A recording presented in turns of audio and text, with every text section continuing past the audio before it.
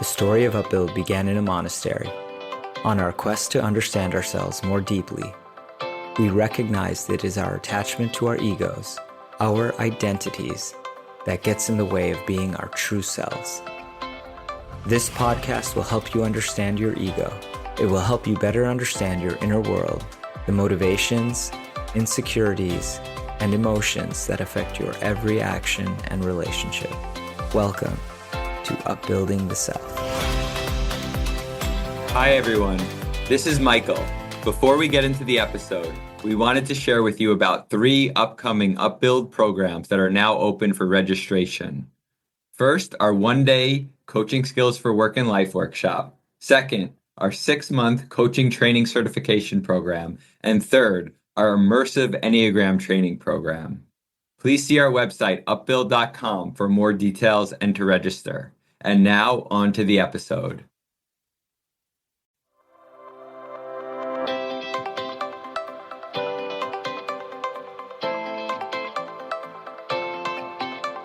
The story of Upbuild began in a monastery. On our quest to understand ourselves more deeply, we recognize that it is our attachment to our egos, our identities, that gets in the way of being our true selves. This podcast will help you understand your ego. It will help you better understand your inner world, the motivations, insecurities, and emotions that affect your every action and relationship. Welcome to Upbuilding the Self. Hi, this is Michael. Before we get into the episode, we wanted to share a few things happening at Upbuild. We've got our 6-month coaching certification program, a bi-weekly space for deep conversations on the Enneagram called Enneagram Library Live, and our weekly spiritual gathering, Remembering Who We Are. You can learn more at upbuild.com. And now, on to the episode. Hi, everyone. This is Vipin, and I'd like to welcome you to another episode of Upbuilding the Self. In this episode, we are exploring a spiritual practice that is both simple and profound, the practice of chanting, specifically the chanting of the Maha-Mantra, a form of mantra meditation that has been practiced for centuries as a way to quiet the mind, open the heart, and connect with God. If you've ever heard the Maha-Mantra, Hare Krishna, Krishna Krishna, Hare Hare, Hare Rama, Rama Rama, Hare Hare, you might wonder what it means, or why people chant it over and over again. Is it prayer? Is it meditation? Is it music? Today, we're diving into all of that. We'll talk about what happens internally when we chant, how sound itself becomes a bridge to the sacred, and why this ancient practice is so important and relevant today.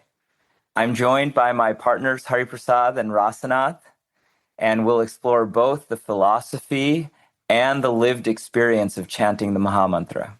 Hari and Rasanath, I'm so pleased to be with both of you.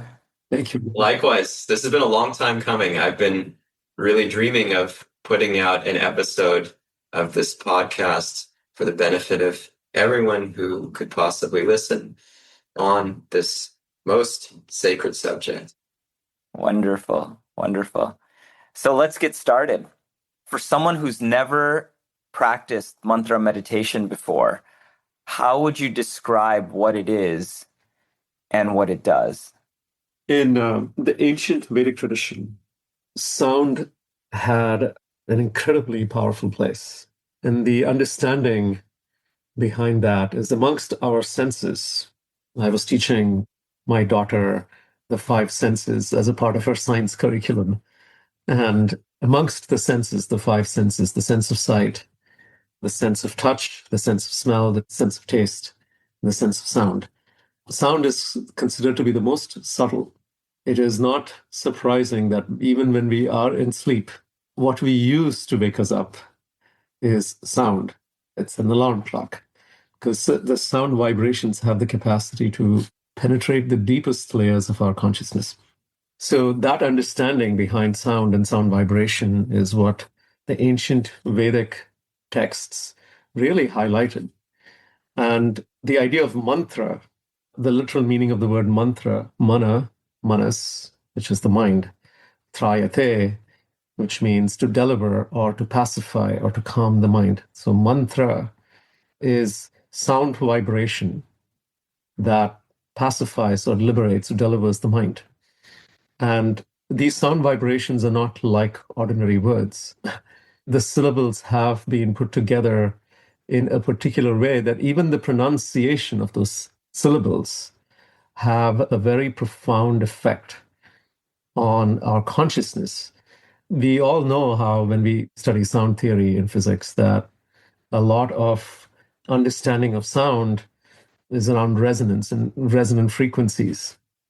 And the sound vibrations in mantras are particularly designed for resonance with the deepest, most subtlest part of our being, which is why the effect is very profound and very deep.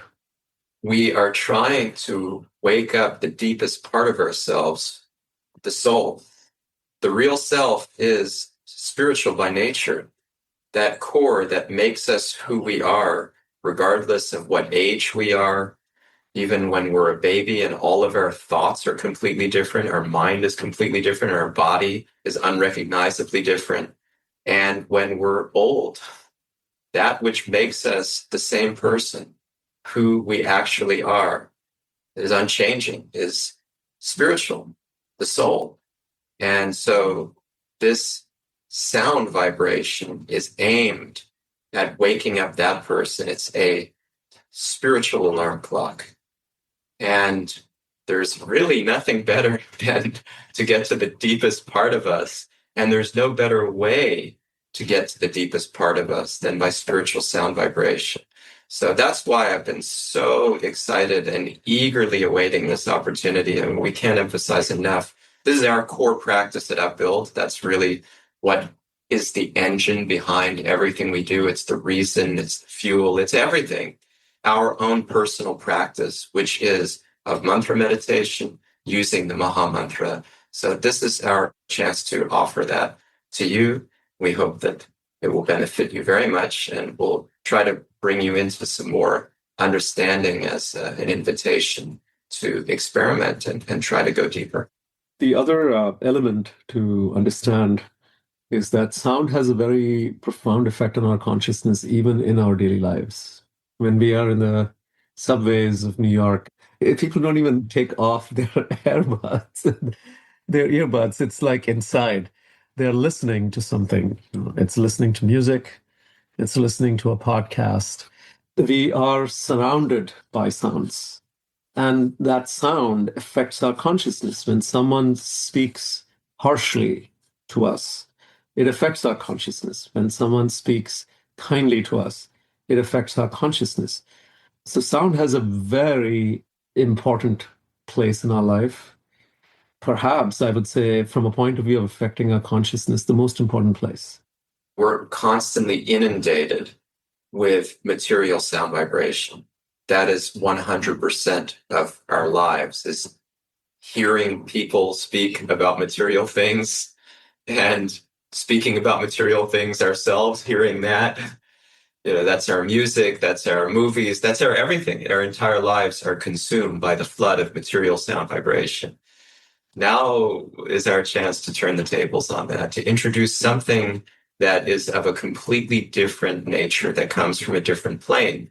Of course, you have to understand and get acquainted with that and have some sense that it's possible that there could be such a plane of existence, and that if there is, that we might be able to access it, and that if we can access it, this may be a way that we can access it. And many, many, many souls who've realized that they're souls, self-realized souls, they have taught throughout history by their own realization that this is indeed an extraordinary gateway and something that you must experience for yourself. Thank you both. I think you've made the benefits of mantra meditation really compelling. You both have talked about this being our primary practice. Can you describe what is the actual practice of mantra meditation? So I shared the Maha-Mantra earlier. How do you use it to meditate? So going back into the understanding of sound, we are conditioned by sound, and we can also be liberated by sound. This is the simple science behind mantra meditation. You also see very similar writings in other religious texts too. So, like, for example, in the Bible, it is said, in the beginning, there was only the word. And the idea of the word is it's sound. Sound is the plane in which there is the movement from the spiritual to the material, and then from the material to the spiritual. So when we understand what sound can do and sound vibrations can do for our consciousness, then the second thing to understand is why this particular mantra. There are many mantras, and mantras have a purpose. Mantras have an invocative purpose. So, like, for example, one of my teachers gives this example of when a judge in the court pronounces a sentence. This sentence has a particular, what you call, strength. In Sanskrit, the word is Shakti. All that the judge is doing is he or she is pronouncing a sentence. But in that sentence, there is an entire system of authority that then puts an entire chain of action into motion. So there is an inherent strength in the pronunciation. Even when it looks like ordinary sound, those are just words. But when you understand the inherent strength in those words, who is it coming from, and then how it unravels an entire chain of action, then that sentence is taken very seriously. So similarly, when we understand the potency of the mantra, the sound, the vibrations of sound, then we understand what chain of action it actually unleashes when we chant them. So when you search in the Vedic scriptures, you see many different mantras, and those mantras have many different purposes. There are mantras through which one can invoke any material desire in one's life to manifest. There are mantras that are recited for a particular kind of effect to produce very auspicious vibrations. And then there are mantras that are specific for liberating the soul from the conditionings of the material world. And amongst all of those mantras, then the reason why we call this the Maha-Mantra, the great mantra, Maha literally translates into great or the most powerful. The Maha-Mantra is essentially waking up the soul to what it's meant to be. The Maha-Mantra includes the effect of all other mantras, because ultimately all other mantras are driving one to wake up in slow steps. The Maha-Mantra includes everything that the other mantras give, but has a much more direct and profound effect, which is to awaken the soul to its own constitutional nature, which is to realize its eternality, to awaken to its full knowledge, and to awaken it to its full happiness or bliss. So it's called Sat. Sat means eternality, Chit means knowledge, and Ananda means joy, happiness, bliss. So the Maha-Mantra returns the soul to its natural state of Sat Chit Ananda, which is why it's called Maha-Mantra, because no other mantra has the potency to do it so quickly and so directly as the Maha-Mantra does. That sounds really good. And I'm wondering, how many times does one have to speak or say the Maha-Mantra to awaken the soul? We will come to that. Yes. So going back to your question, Vipin, the way that we practice this mantra is actually in two ways. And you alluded to this in your beautiful opening, that it can be set to music, and it can also be done as a meditative practice on one's own. So when it's set to music, that can also be done actually on one's own, but it is also very wonderful that it increases potency in some ways to join together and sing the Maha-Mantra. That is called kirtan. and it's now a genre of music that is recognized even in the mainstream.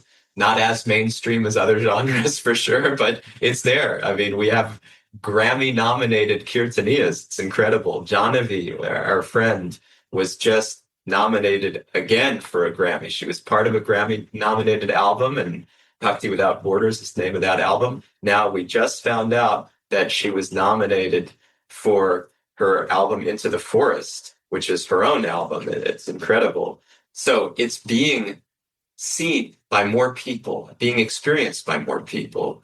And Kirtan includes all kinds of different mantras. But even Krishna Das, who is not part of our tradition, but who is, I would say he's the most famous Kirtaniya that I know of. And I think that's pretty largely true. He says that somehow when he chants the Maha-Mantra, everybody goes wild. Every time he chants the Maha-Mantra, there's just something about that mantra. And he chants all different kinds of mantras. But when he chants the Maha-Mantra, people just, something happens. And so we can understand that there's something special about this mantra. And in Kirtan, it's extremely powerful. But our focus today will be more on forming one's own personal practice, meditation. So that is done as a murmuring of the mantra. So it is done typically under one's breath, if you will. It can be done a little bit louder than that. Sometimes it can be done significantly louder than that in certain circumstances, if you want. But the most traditional and effective way that it's done is just for you to be able to hear it. So it's audible for you. And then somebody else may be able to hear that you're chanting, but it won't be as distinct. So that's the normal way.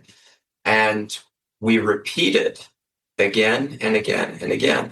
Now, when you're starting out, you may not have all of the accoutrements. We do it on beads, like a rosary, for example, in the Christian tradition. You would see Buddhists have rosaries as well.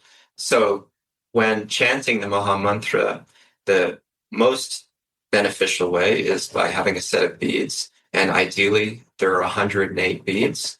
And we chant one mantra per bead. And we go around until we've chanted 108 mantras of the Maha-Mantra. And then we go back around the other way and do it again. So we change directions on the beads. Again, this is not important when you're first starting the practice. It's good if you are inspired to do it. But the most important thing is that you're chanting the divine sound vibration. The beads just help to make a commitment to yourself, to be accountable, and to really throw yourself into the practice. That's very powerful. And it creates a tactile sensation to absorb the mind more so that you are actually staying with it and you're not allowing your mind to go in different directions. No, for each bead, I have to stay with it. There's a sense of touch. So it's Hare Krishna, Krishna Krishna, Hare Hare, Hare Rama, Rama Rama, Hare Hare. Hare Krishna, Krishna Krishna, Hare Hare, Hare Rama, Rama Rama, Hare Hare. Hare Krishna, Krishna, Hare Hare, Hare Rama, Rama.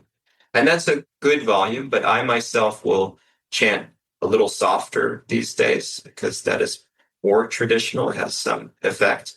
But the key here is to arrest the mind through the sound. So if you need to chant a little bit louder, that can be helpful to grabbing the mind with the sound. And I do that for 16 rounds. That's my vow, actually, to my spiritual master, my guru, because this is considered the most important instruction that the guru gives. Our teachers emphasize this as the most transformative practice you could possibly offer yourself. And so we take that with great gravity and we make that commitment minimum of 16 rounds, which takes a couple of hours for most people. For me, it takes a little bit longer. And if you can do it in one sitting, it's amazing. If you can do it in the morning, first thing, if you can do it before dawn, you're increasing the efficacy more and more and more. I try to do my best. It's not always possible to do it like that. And here we would say never bite off more than you can chew. You want to start really, really, really small. Even a couple mantras a day is a significant impact. Obviously, you want to do more than that. So a couple of minutes or one round, if you will, 108 mantras would constitute one round. That's a beautiful starting point, one round, which takes the average practitioner around 7 or 8 minutes. When you're starting out, it will take longer than that, maybe 10 minutes or more. That's okay. But you focus on the pronunciation and just very clearly and distinctly pronounce each sacred syllable. Hare Krishna, Krishna Krishna, Hare Hare, Hare Rama, Rama Rama, Hare Hare. Next, Hare Krishna, Krishna Krishna, Hare Hare, Hare Rama, Rama Rama, Hare Hare. And you keep going like that. And you can stop whenever you like.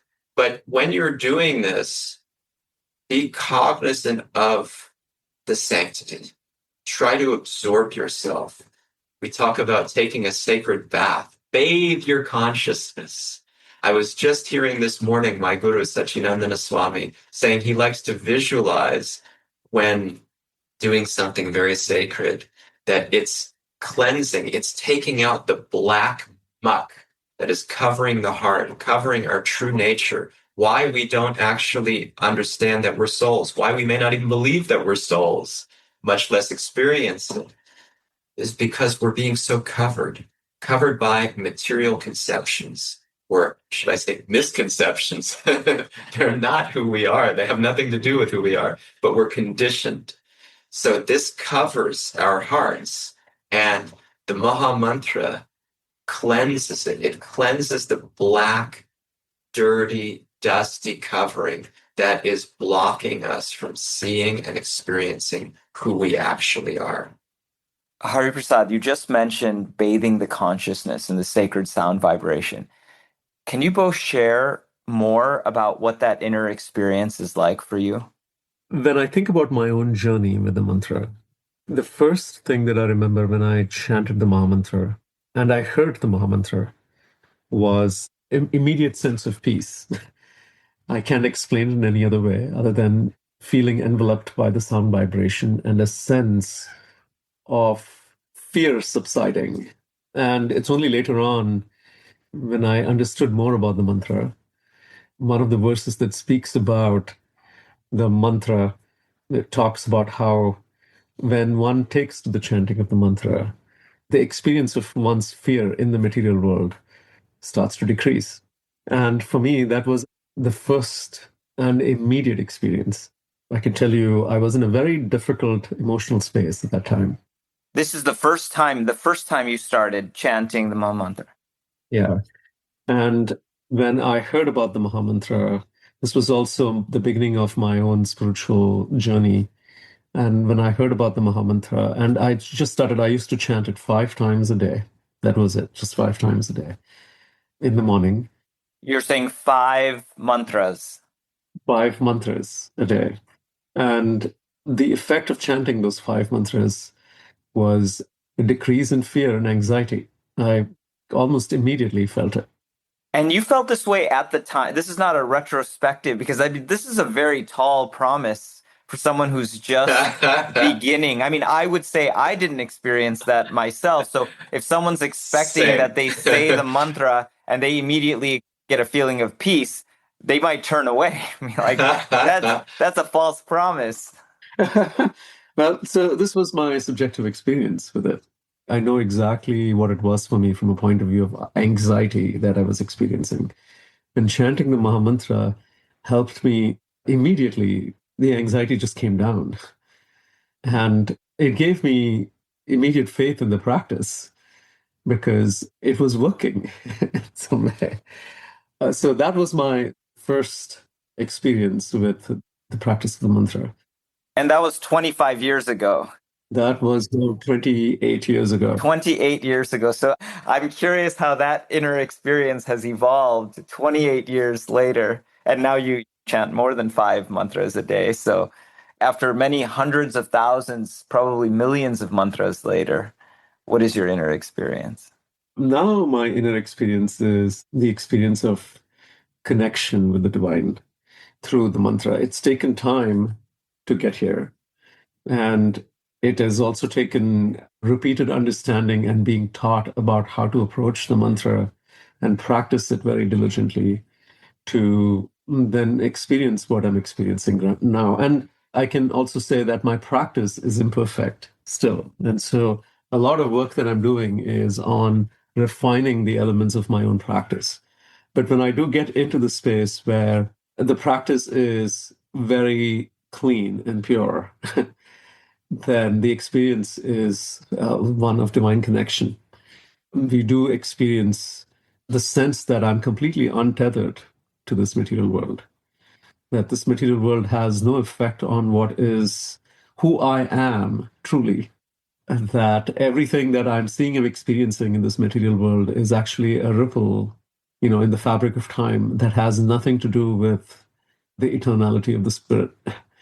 And in that, then there is this experience of a much bigger, larger presence of God and feeling very deeply connected with God in love. And that experience, even a fraction of that experience leaves you craving for more, which then fuels the intensity of the practice. Wow, that's sublime. The moments when I've experienced it have been etched, and you sort of long for it again. You sort of want to live in those moments. But because, as I said earlier, my personal practice is still not perfect, actually far from perfect, you are not able to access then the full benefit of the chanting, which we will come to in terms of when we talk more about perfecting our practice. We can talk more about that, but you get a glimpse of a higher reality and you long for that higher reality. Yeah, Hari Prasad, I want to hear about your experience. And I'm also, after listening to what Rasanath is saying, I'm left wondering, how does repeating these 3 words, syllables, names, lead to that divine connection? I mean, that's a profound experience that Rasanath is describing. Maybe you can share as part of your inner experience how you can help us all relate to that divine connection. We don't fully understand the science of mantra meditation yet. There are so many elements that needs to be understood to actually understand, well, how is it working? Even theoretically understand how it's working. It's very akin to you are struggling with a disease or you're struggling with some sort of pain, and you go to a doctor and the doctor says, well, here's the prescription, just pop this thing in your mouth and drink some water. And it seems very simplistic as an idea. And when you are experiencing the pain, you're like, how has this anything to do with, and there's pain in your feet and you put something in your mouth, how does it solve the pain in my feet? There's no real direct connection between, I'm not even putting the medicine sometimes in the part where there's pain. And yet, how does it work? And it still does. And of course, there is explanation for it. When you understand the science of how it works, then you understand, well, this is how it's happening. And an expert medical practitioner, when they prescribe, they also understand, well, why they prescribe it and how it's working. So similarly, when we, over time, understand the technicalities and the science of the meditation practice, the science of our own anatomy from a point of view of how we are composed of the gross and subtle material elements, and how the spirit and soul is covered by all of these things, and how they affect how the mantra works through the layers, then this becomes a little more clear, even theoretically. For me, the experience of chanting the Maha-Mantra began in 2006 when I was a student at New York University, studying film, making my own movies, setting up a glorious life in my mind for how I was going to be famous, embarrassingly so, and I was going to enjoy everything I ever wanted to and live my best life. I wouldn't say it in those words, but yes, make something of myself and be super, super happy. And this actually threw the wrench in that. That's my experience, was that this mantra that I came in contact with. So now everybody's really anxious to chant, right? Throw the wrench in all of your hopes and dreams and plans with this mantra. Woohoo, let's all do it. That's what happened to me. I've been recently I reference it a lot, but I recently was referencing with one group that I was speaking to Michael's piece, The Freedom Fantasy, his reflection, because we all have these fantasies of how we're going to be happy one day. And when this thing happens, when A happens, when B happens, then when C also happens, and all of these other things, or just this one thing, then I'll have made it. Then it will be good, or at least it will be better than it is now. Or I'll be in the clear. I just have to get through this one phase. I just have to get my vacation. I just have to do this. I just have to do that. And then we die, and it never happened. It never happened. We just survived one stage after another, and we said, yeah, I got happiness through it. But it's not the real thing. The soul is unquenched. It is longing for ecstasy, the ananda that Rasanath was speaking of, bliss. Even Carl Jung speaks about this, how the word spirit with respect to alcohol is not a coincidence. It comes because of the soul's unstoppable pursuit of ecstasy. And so I will become intoxicated by something material since I can't find it for the soul.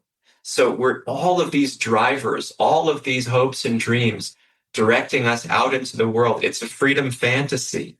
It's not real. What the soul actually wants, that's behind all of this stuff, but not satisfied by it, that's what we have to get to. And so the chanting of the Maha-Mantra started to reset my desires. It was how my guru, Satchidananda Swami, speaks about it. It's a rewiring. I've experienced that I become more and more myself. I have greater clarity, greater conviction, greater passion, and greater selflessness. I don't find myself so selfishly oriented that the world is my oyster. It's all for me. You're an object in my existence. I would have never told you that that's how I see you or how I see the world. I would have never told myself that because I was asleep at the wheel and I didn't know that I was asleep. That's often the nature of sleeping, is we don't know we're asleep. We think what we're experiencing is real. It's only when you wake up that you start to see. Even when you are in the process of waking up, you may get cognizance. Oh, wait a minute. I think I'm dreaming now, or I'm coming in and out of a dream state. That's my inner experience of chanting, is waking up from a dream and having hopes and dreams that live outside the dream and experiencing greater and greater contact with that it becomes real. My own self, my soul becomes real. As Rasanath said, my practice is very imperfect. It's an understatement from my side. It's very, very difficult. We'll talk about distraction in a moment, but it's very difficult. It's a battle, and Rasanath and I bond over this a lot, that when we are chanting, we're fighting the mind. Another way of putting it is we're fighting the material energy, all of the momentum in the direction of, I want this, I have to do this, I'm in anxiety about this. Oh, I should put this on the grocery list. Let me do. I have no time for this. Oh, I'm not experiencing what I want. I'm not getting the ecstasy. My mind is not cooperating. I'm upset. Somebody said this to me. That makes me more upset. The mind goes everywhere. It's unlimited. But through this chanting, we start to see how we will never be happy when we let the mind go everywhere. And we start to rein it in. We start to actually become self-controlled, which is the only way you can be happy. And Krishna says in the Bhagavad Gita, the basis of our work at Upbuild, and where Krishna actually tells Arjuna when he's coaching him to self-realization, to realize who he actually is. He says, Japa is the greatest sacrifice. And this life is for the purpose of sacrifice. Because anytime you do anything, you're making a trade-off. You're choosing this over this.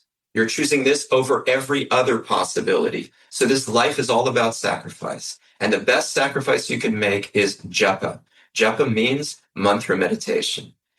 And when you actually choose to make this sacrifice, this trade-off, invest your time and energy, you're actually getting closer and closer to reality, to the real self. And you're recognizing more and more how encumbered we are by our material misconceptions, by the craziness of our minds. And we develop the desire to stop that, to rein it in, to wake up. It becomes so real. I cannot emphasize this enough. It becomes so real, and we get tastes. And we get tastes of great joy even sometimes. Sometimes. Not all the time, necessarily. Not at the beginning, but not for me, certainly. For me, it's the battle to really rein things in. But Krishna also says in the Bhagavad Gita, he says, what is the question of happiness that we all want? Nobody doesn't want happiness. What is the question of happiness if we don't have peace? And how will you get peace if you can't control this thing, the mind? Impossible. It doesn't make any sense. It is a crazy proposition. So we need to deliver the mind. We need a mantra, manas and trayate together, the deliverance of the mind. We have to free our minds if we want to become happy. So my experience is that actually everything becomes harmonized, everything becomes revolutionized, revolving around this one principle of I want to be who I am, and I want to offer selfless service to everybody else as they really are, as the real self, as subjects and not objects. I want to live in connection with everybody at the deepest level and serve them, benefit them. In that way, I want to stop the charade, all of the selfishness, all of the ego that we talk about all the time at Upbuild. I want to be me. And that becomes an insatiable force that has changed everything fundamentally for me. I am not the same person even slightly. I cannot relate to my old self. And I love that. I'm so happy to be jumping more and more and more into that reality every day, one mantra at a time. Okay, wow.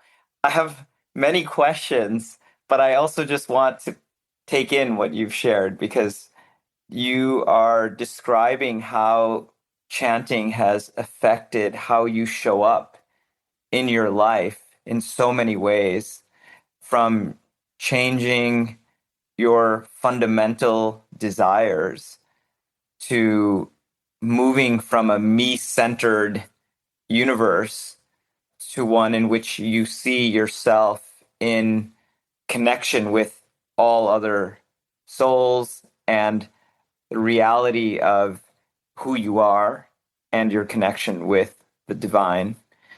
Before we get into the distraction, which you also spoke about and alluded to, can you share how it's affected your relationships as well? Because one of the things that you just mentioned about Krishna saying that japa is the greatest sacrifice, it can seem very self-oriented in that you're trying to clean your consciousness and see yourself in a sharper reality. But then when I think about a great sacrifice, it seems like that would have to involve helping and serving others much more than a practice that feels centered around oneself. So how has this affected how you are in relationship to other people? Well, you cannot help anybody else if you don't first help yourself. That is the basis of helping anybody else. And that's the problem, is that we put the equation upside down. We really try to help other people because we can't help ourselves. I mean, the helping professions are riddled with this. It's really, really intense. And I guess another question is, where are you helping from? Are you helping from the place of ego, or are you helping from exactly the self, the spirit? Because everyone wants to feel like I'm so great, I'm so selfless, I'm so effective. Look at me, you need me.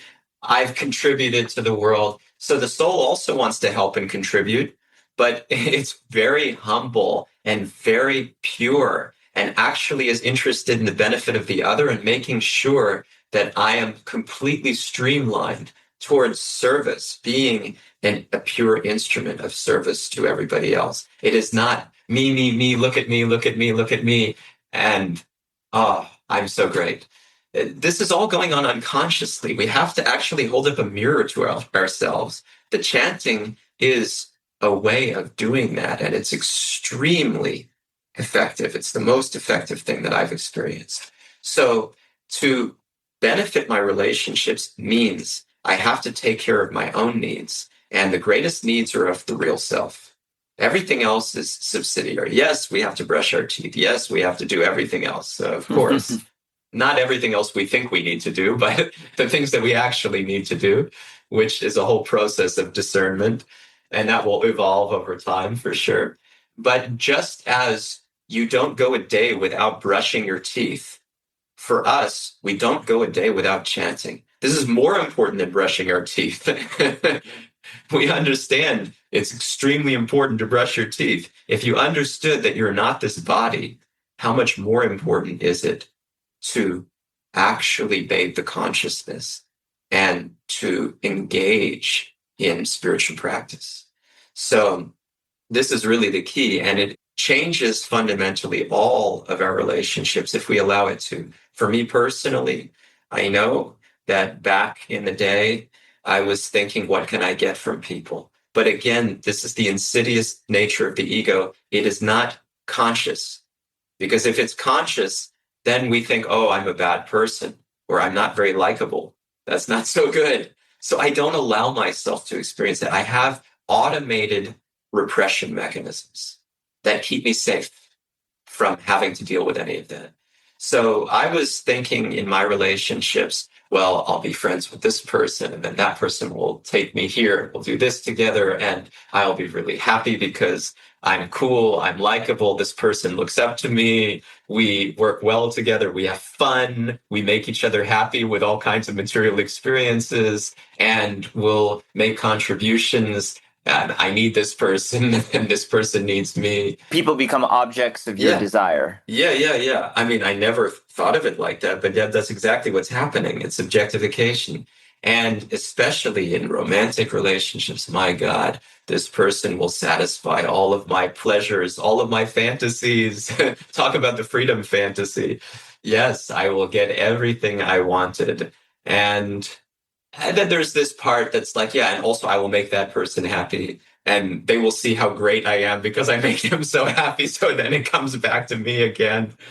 It's all about my own not enoughness and wanting to be worthy and have the sense that I'm so good. I'm such a good person. I'm so admirable. I'm so laudable. I'm so kind and nice and selfless and loving and lovable. Me. Code word for me. Now, the Maha-Mantra has shifted that very, very powerfully. Again, I can say honestly, unrecognizably. I do not recognize my former self like that. Yes, the desires still are, there are vestiges there, and I'm not a pure soul yet. I have a ways to go. I need to get much better, and I'm praying for that. But compared to who I was, I have deep conviction in this practice. So when I chant, when I take that time for myself, I know I'm setting myself up to have different relationships on different levels. The conversations I have with people, the sense of investment in them, the lack of focus on myself, only just focusing on trying to be my best for them and for God, and experiencing that internal connection and dependence on the divine as the person I want to be an instrument of grace for. That is so special. It's indescribable. So even with my relationship with my wife, it's night and day difference from what I was experiencing prior to taking up this practice, where we want to serve each other. And I'm trying my best to be an instrument of service to her and to use my time valuably, to connect deeply about meaningful subjects, not just whimsically. Of course, we are laughing and joking, but not with a selfishness and a frivolity and a whimsy, but actually there's a consciousness that time is the most valuable thing. Let me use every moment in the service of the soul and in the service of every other soul. So hence this work of Upbuild and all of the relationships that we have with each other as a team and as a community, and trying to invite as many people as we can into that experience of community. It becomes just so beautiful, so heart-melting. I wouldn't give that up for anything. What does this mean practically? Because the Maha-Mantra is known to cleanse the heart, but that can seem very abstract. What does it mean practically? Practically, it means a decrease in our material desires. That's basically practically how it manifests. And a decrease in selfishness. That is the root of selfishness. The root of selfishness is material desires, are the desires of the ego to be the controller and the enjoyer of everything. It just boils down to that very thing. Anything that I want in this material world ultimately serves the purpose of reinforcing that false identity of the ego that I am the controller of everything and I am the enjoyer of everything. It works both ways, because the root of material desires is selfishness. Otherwise, we wouldn't have them in the first place. So you can look at it from either angle. They feed off of each other. There is Yes, selfishness, this is exactly. material desires, and then those material desires just increase more selfishness. The way, if there was an imagery or something that is more graphic to understand this, think about a mirror that has splotches on it, that has like all these different spots on it. And when we are trying to look at our faces in the mirror, you know how, I don't know if it has happened to you, but sometimes it happens on my phone where, I'm looking at the camera and the camera is pointing at me. And there is actually something on the phone. You feel like it's actually sitting on your face.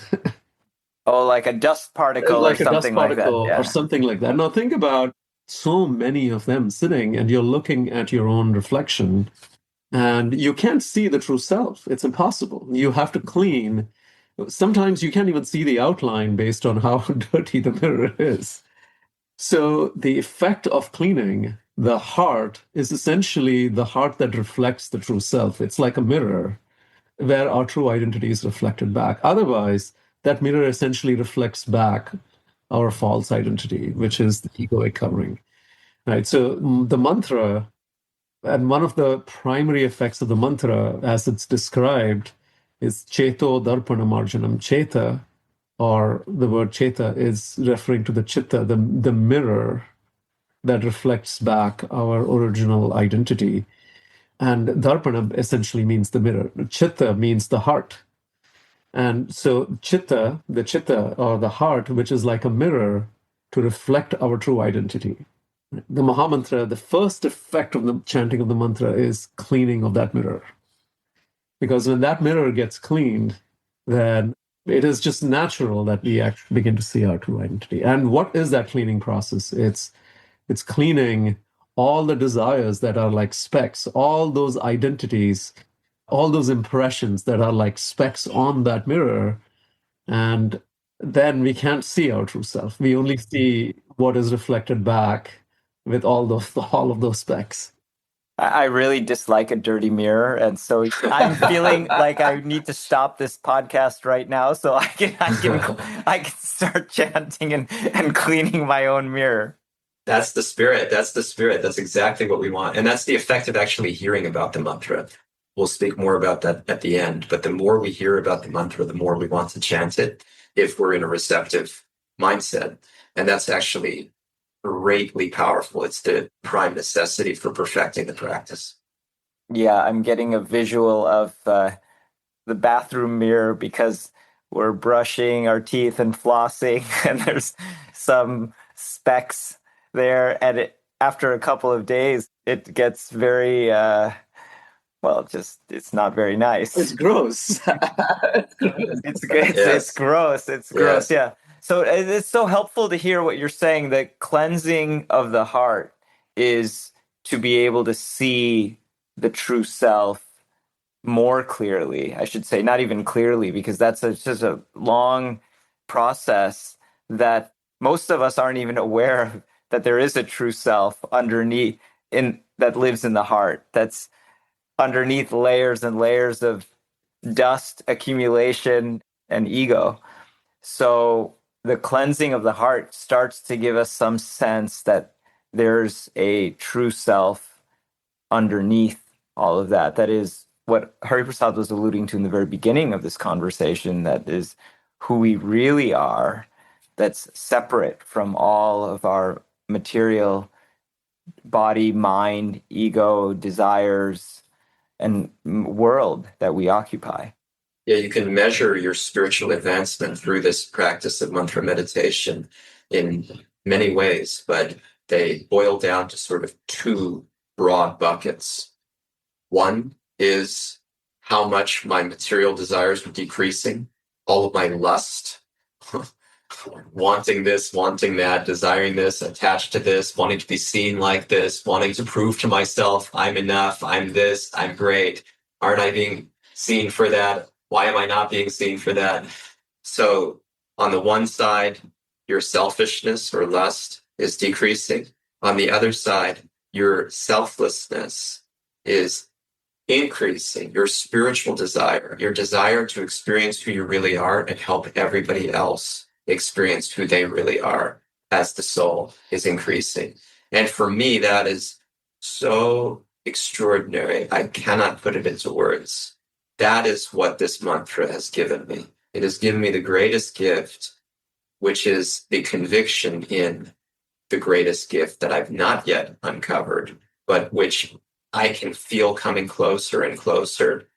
And the more that this Sehnsucht, as Sigmund Freud and C.S. Lewis both termed it, this longing in the heart, this yearning for something that I can't put my finger on. Sigmund Freud didn't know what to do with it. C.S. Lewis said, yeah, that's your longing for God, my friend.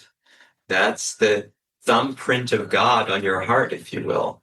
So that Sehnsucht, or that yearning, longing, that has to increase. It has to be ratcheted up more and more and more. It's there. It's buried in all of our hearts, and it's being directed in all different kinds of ways.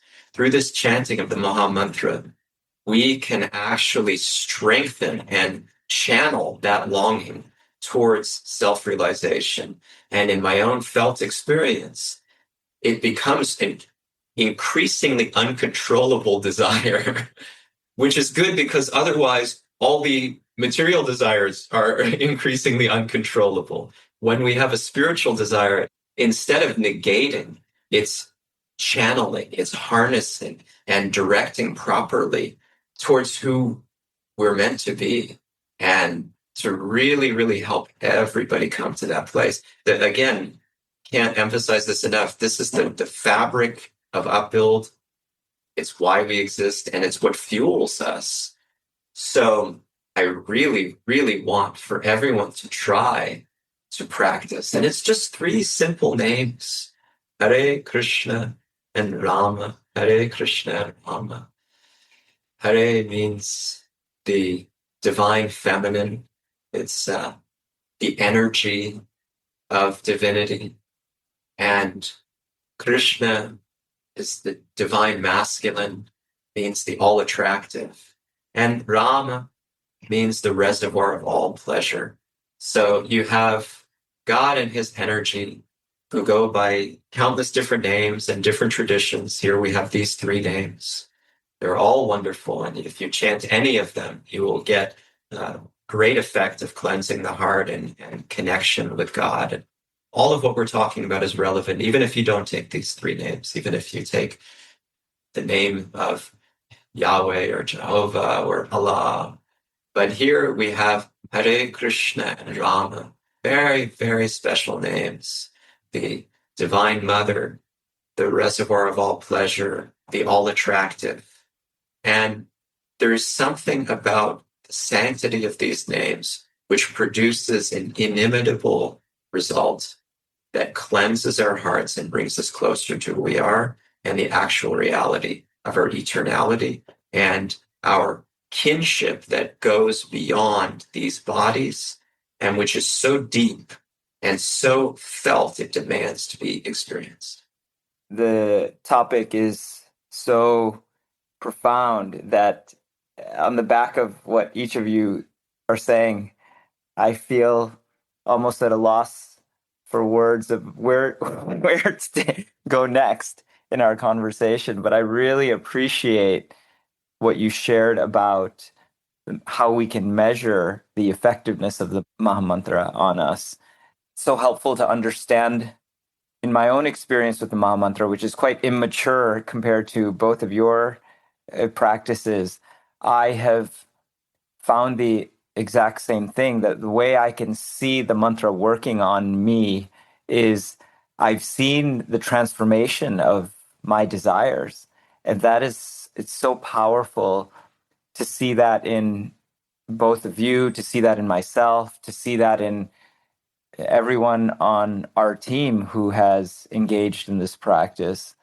And it's something very concrete that if one starts to practice, you might not be in touch with that in the first chanting of the mantra, the first day, the first month.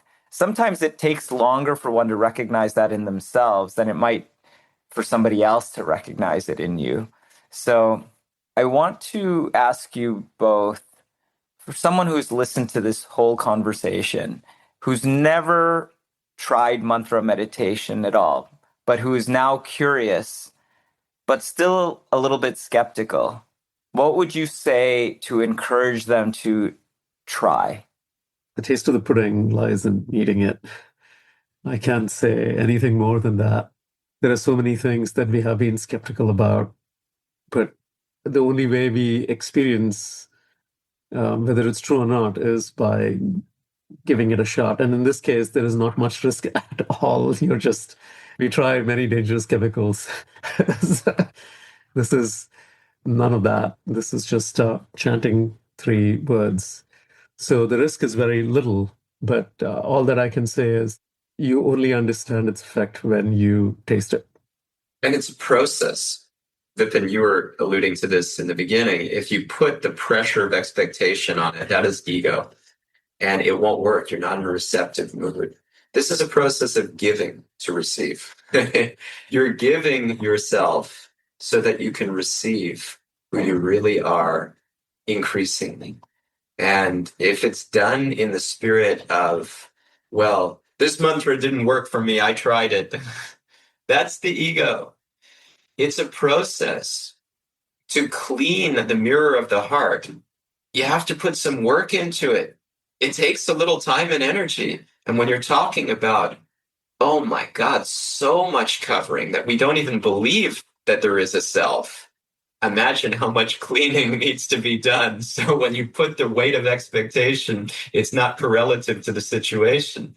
First of all, who are we to demand that? It's just our ego, which is then paradoxically preventing, or I should say, oxymoronically preventing us from receiving the very thing that we purport to want.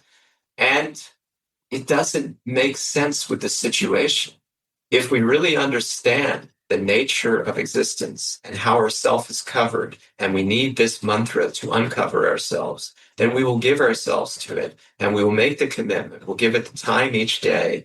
And for years and years and years, I've been doing this for decades, and I'm not there. I'm still fighting with the mind, struggling. Do I want to invite you into the struggle? Yes, I want to invite you into the struggle. I'm unapologetically, unabashedly inviting you into that struggle because it is the greatest struggle there is. We're struggling in material existence all the time anyway. Why not struggle for something most meaningful?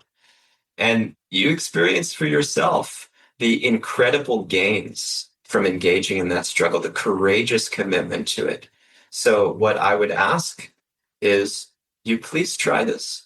Try Hare Krishna, Krishna Krishna, Hare Hare, Hare Rama, Rama Rama, Hare Hare. But sincerely and seriously. And every day. Because if you do it not every day, it's not going to really have a tangible effect. It will just match the whims of the mind. How can it deliver the mind? It's not, oh, I chant because I want it to make me happy when I want it to make me happy. It's I chant because I'm committed to my true self. Hare Krishna, Krishna Krishna, Hare Hare, Hare Rama, Rama Rama. Every day in and day out. Come hell or high water. Our mentor Vaisheshika Prabhu, he says, even if there's an earthquake, you chant this mantra every day because nothing is more important than the real self. And we cannot afford to give that up at all. So start small, few mantras a day or one round a day of 108 mantras. If you want to get a pair of beads, that's a great thing. And it won't be sustainable if you don't have connection with other practitioners. You will never do it. Your mind will not allow you. The whims of the mind will be too strong. It's only through Sangha or connection with like-minded practitioners that there's any way to sustain this practice, to keep the inspiration behind it, to not make it mechanical, to not succumb to just the distraction and the mind's desire to say, oh, it didn't work for me. So we need this sacred connection regularly, increasingly, actually. And I would say, again, also going back to the effect of hearing about the mantra. What do we do in connection with other practitioners? We hear about the beauty of the mantra and how to perfect our practice. What is the philosophy behind it? More about the nature of this mantra and what it reveals about who we are and how to live who we are. So start with a commitment to yourself to chant this mantra every day. Give it that chance, some small commitment, and then you increase over time more and more and more. And through Sangha, you will be able to sustain it. Through connection with others, you'll be able to sustain it, to hear more, to learn more, to go deeper, and to then want to increase the practice, just as we have done gradually over time, but swiftly. Increase for maximum absorption and maximum cleansing of the heart to experience who we are.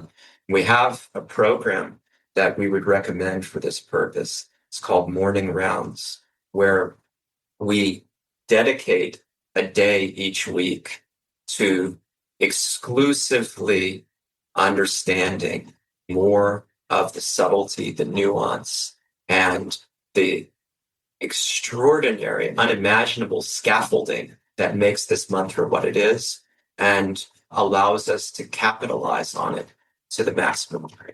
If a listener wanted to begin chanting the Maha-Mantra, you're suggesting to commit to it every day and potentially attend the Morning Rounds program to get more understanding of the practice itself and to practice together. What would you say about how many mantras to chant? Because when you say you've been practicing for decades and you're still approaching the destination that you'd like, that can be quite overwhelming. So how do I, and Rasanath, you said you started chanting 5 mantras. What's a reasonable starting point where someone can expect to experience some of the benefits, but not be so overwhelmed that the practice doesn't take off? I think the best is 1 round. If you can get yourself to commit to 1 round, that is a traditional, good, very, very powerful starting point. And then you will want to increase your rounds over time. So 108 mantras. And if you can do it on beads so that you can count like that and you have the tactile sensation, it's the best thing. If you're not yet ready to invest in a set of beads and 108 mantras, set a timer for 2 minutes. That's good. It's a good starting point. Increase from there. Amazing. Thank you both so much for sharing the philosophy behind this sacred practice and the impact on your lives. I feel very inspired to hear what you both have shared and also to have been able to share this with everyone who's listening. So thank you from the deepest place in my heart. That means so much. I mean, this is our heart. This is our most important practice. We have the subtitle of Morning Rounds as how to make the most of our most important practice. So we're genuinely honored and extremely moved to finally have this opportunity to share this with you. And we pray that it makes the greatest difference for your life and for your eternity. Thank you.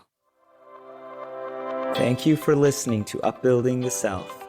Upbuild is a leadership development company that offers workshops, coaching, and other services to help you on the path towards being your best self, free from the shackles of the ego.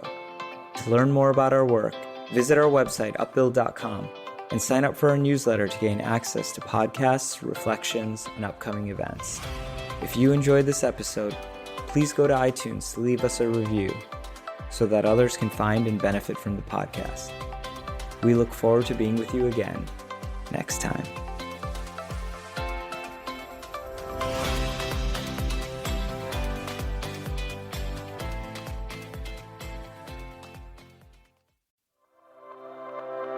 Thank you for listening to Upbuilding the Self.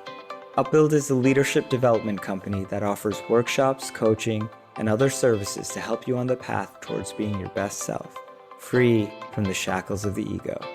To learn more about our work, visit our website, upbuild.com, and sign up for our newsletter to gain access to podcasts, reflections, and upcoming events. If you enjoyed this episode, please go to iTunes to leave us a review so that others can find and benefit from the podcast. We look forward to being with you again next time.